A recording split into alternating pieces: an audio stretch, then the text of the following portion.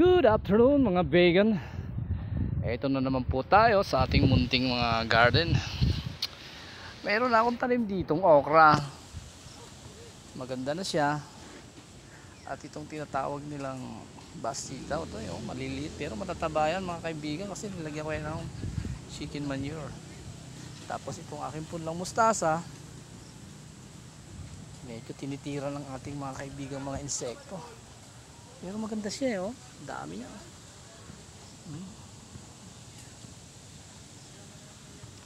Siyempre, ang nagpapasigla dito sa atin, sa ating channel na to, ay ang nagbabalik na si Kasarol.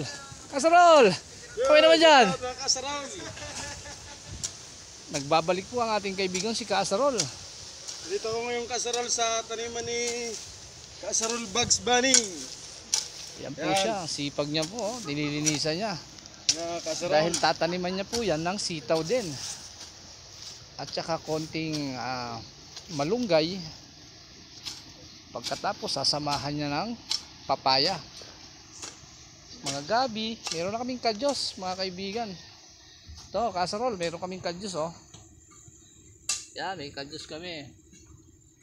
Yan pa, ito yung aming sitaw na mahahaba. Lalagyan na namin ng tulos para babatakan na lang namin yan ng tali. Ito yung mga namin mga Kasarol, oh. Maraming kadyos, marami yan dyan, ano? Natanim namin yung mga kadyos.